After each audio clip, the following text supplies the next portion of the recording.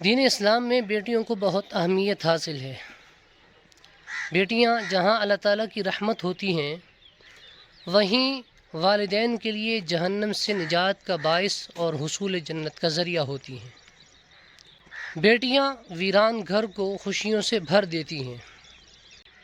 بیٹیاں پھولوں کی طرح ہوتی ہیں اور یہ پھول جس باغ میں اگتے ہیں وہ باغ دوسرے باغوں پر فخر کرتا ہے۔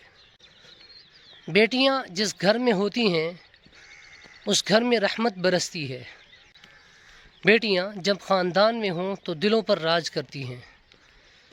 بیٹیاں جب بہن کا روپ اختیار کریں تو بھائی کی سچی اور مخلص دوست ہوتی ہیں۔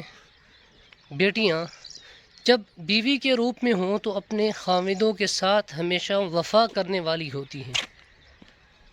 بیٹیاں جب ماں کے روپ میں ہوں تو اتنی بلند مرتبہ ہیں کہ اللہ تعالیٰ جنت کو لا کر ان کے قدموں میں ڈال دیتا ہے۔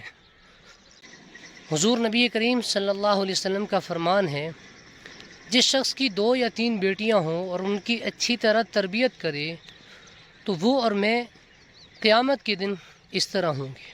آپ علیہ الصلوۃ والسلام نے انگلیوں سے اشارہ کیا کہ جس طرح یہ دونوں انگلیاں ایک دوسرے کے بہت قریب ہیں وہ شخص اور میں قیامت کے دن اس طرح قریب ہوں گے۔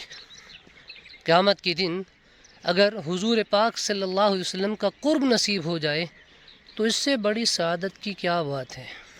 اللہ تعالی ہمیں بیٹیوں اور بہنوں کے حقوق ادا کرنے کی توفیق نصیب فرمائے۔